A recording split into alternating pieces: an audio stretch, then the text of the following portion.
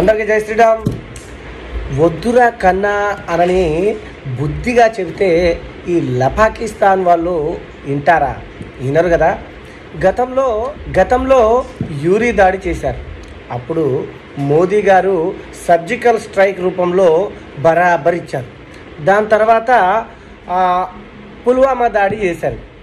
Air strike అని చెప్పి గట్టిగానే ఇచ్చారు. ఇప్పుడు మోదీ గారికి చెప్పుకోపో అని అన్నారు. మోదీ గారికి చెబితే ఆడబిడ్డ బాధ తెలుసుకోరనుకుంటున్నారా? బరాబర్ విన్నారు.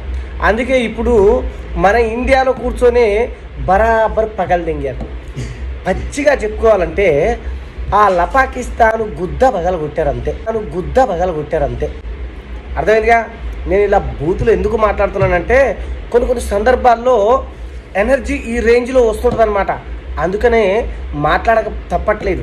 ఈ పాకిస్తాన్ వాళ్ళు చేసే ఈ చెత్త పనులకు కంపల్సరీ ఇలాంటి మాట్లాడాలి. అప్పుడప్పుడు మీరు కూడా యాక్సెప్ట్ చేస్తుండండి. మరి అయితే ఆపరేషన్ సింధూర్ పేరిట, అబ్బా ఏం పేరబ్బా!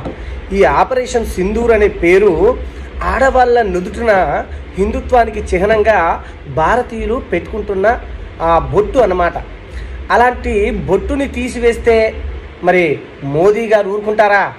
మా భారతీయ ఆడబిడ్డల నుదుటిన బొట్టుని చెడిపేస్తే వాళ్ళ రక్తమే కళ్ళ చూడాలనేది మన మోదీ గారి స్టైల్ అనమాట. అందుకని ఇప్పుడు ఆపరేషన్ సింధూర్ పేరిట 9 చోట్ల ఉగ్రవాద స్థావరాలని గుత్త పగలగొట్టారంతే.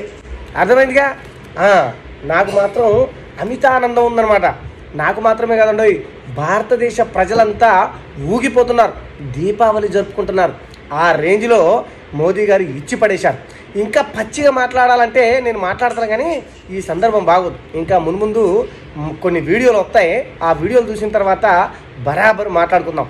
అప్పటిదాకా ఎదురు చూస్తూ ఉండండి. మీకేమనిపించిందో కామెంట్లో తప్పకుండా చెప్పండి. అర్థమైందిగా. జై శ్రీరామ్. భారత్ మాతాకి జై.